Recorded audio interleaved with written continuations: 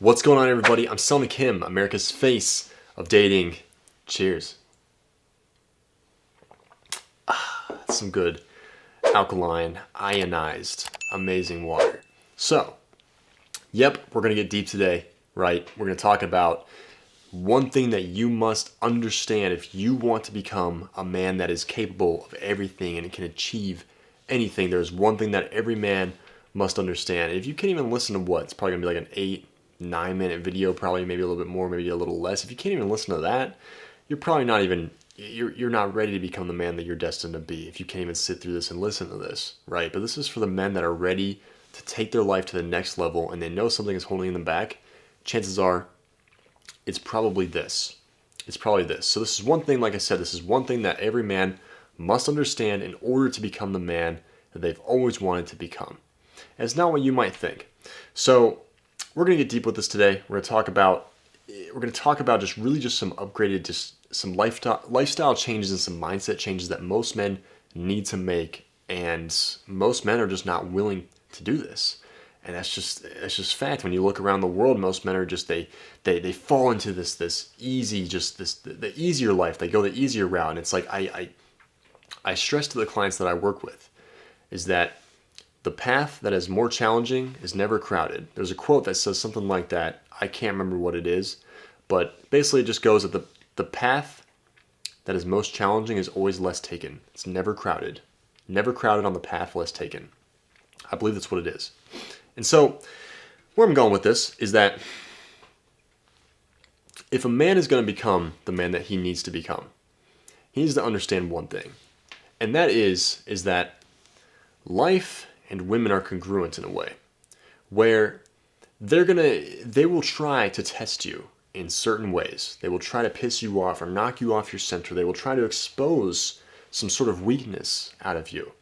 And most men just think that life is just being mean, or why me is what a lot of guys say.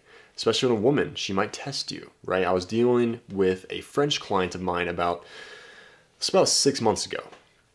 And what happened was he was about 5'6", 5'7", and he said that girls in Paris apparently only wanted tall men. I don't know how true that is. I've never fucking been to Paris before. I've dated some French women. They're very sexy. And no, they don't have hair all over them like most guys stereotype, actually. They're very smooth. But he was 5'6", 5'7", and he felt like his height was the one thing that was holding him back from success with women. And in fact, it's hardly ever your height. Okay, that's holding you back from success with women. It's your mindset. And what happened with him is that he had girls testing him. They'd basically be like, you're too short for me, right? Or I don't want you. You're too short. How's the weather down there? All these like snarky comebacks to really just take him down at the knees about his height. And he said that kind of over time just broke him down, made him feel like shit, made him very insecure about his height when talking to girls. And he just assumed that if a girl didn't like him, that it was just because that he was 5'6" or 5'7" and he was shorter than her. And that's why she didn't like him. When in fact, all you needed is just one simple comeback to make her want you. For example, basically if she's like, you're too short for me. And then you're like, I'm also too handsome, baby. Thanks for noticing. You simply just come back with a simple comeback like that. You position yourself as higher status than her, right? And women will only date and sleep with men that they perceive as higher status than them. That's just fact, right? Unless it's for lots and lots of money, of course. But when I was growing up, a lot of people don't know this about me, but unless you've read my best-selling book, of course, I read about this, I believe, in the very first chapter. But if you guys have not fucking read this book, by the way, man, you guys got to read this book, man. This book's fucking amazing. But, of course, I'm biased because I wrote it. But in the book, I wrote about how when I was in first grade, I got held back. And it was really, really tough for me because my birthday's right in the middle of the year. So it's like they kind of were like, should we put him in this grade or should we keep him in this grade? Should we put him in like a year early? Right. I was right on the cuff of like the birthday thing where it's like, should I be a year younger or a year older? Right. I was right on the cuff of that. And so either I was going to be the very youngest in my grade or I was going to be the oldest in my grade. And in fact, after I got held back, I was in fact both the youngest at the start and now I became the oldest in my grade. So where I'm going with this though is that I got held back in first grade.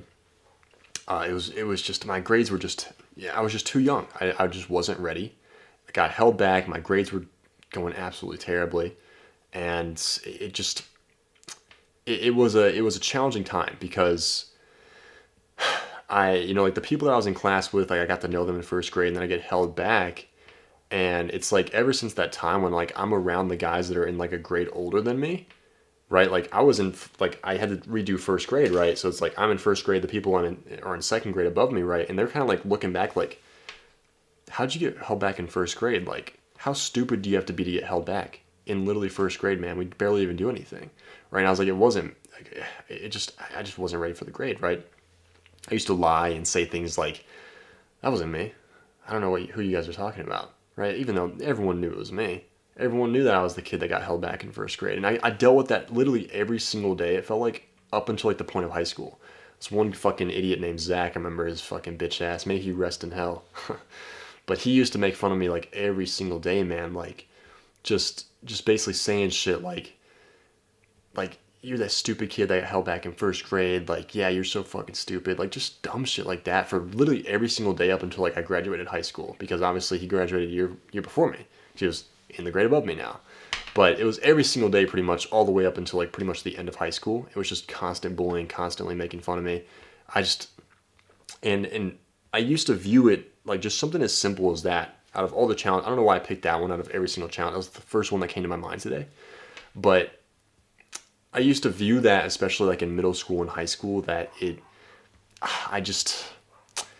was a flaw of mine, and it just kind of made me depressed, right? And I was just like, oh, like maybe I am stupid, or I just let their opinions of them kind of like take toll on my mindset and just let me convince myself that maybe I was stupid, right? When in fact, no, like, dude, it was just, you need to view everything as a challenge, right?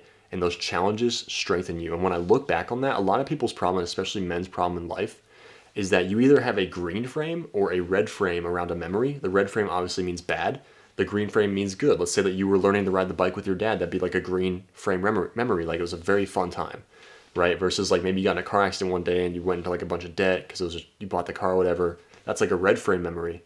When in fact, you need to reframe all these memories that you have of yourself. And like one thing that changed my life for the better is when I reframed that memory of, I was like, I got made fun of literally every single day up until like the end of high school pretty much, about me being held back and just some other things like my parents' divorce and just the financial issues we were going through. And I had to wear pants that were too small, and people used to think I was gay because my outfits were too small, like stuff like that. But I used to reframe these memories of just being like, look, like these challenges in your life, they were there because they were used to strengthen you and take you and make you become the man that you are today. And it's like I was like one of the only kids that I knew that went through like traumatizing bullying, stuff like that. And I was like, you know what, like I want to become the man. It helped me really figure out my purpose early on in life, that I wanted to help people that were really stuck in life, that felt like they were the underdog, felt like they weren't given a fair chance. And I was like, I want to help them become the men that they're destined to be. So it really helped me and really made me mentally strong enough to really handle anything, dude. Like I just don't get fazed by many things that I used to get fazed about anymore, just because I know that these past experiences, they're like my superpower. Since no one else went through it, now I'm mentally stronger than fucking most people here. And that's how you guys need to look back in your past, to just being like, look, like the shit that I went through, use that, dude. Your superpower is in there somewhere. And most likely it's just made you mentally tougher than a lot of the people that you were meant to grow up with and surpass anyways. So let me know if that helps, guys. It was just a little bit of a rant today. Just wanted to inform you guys and just tell you guys about something that a man needs in order to become the best version of himself. So I'm Selna Kim, America's face of dating. Make sure to like, subscribe, comment down below something that you want to hear more about. DM me on Instagram too. And I will see you guys in the next video.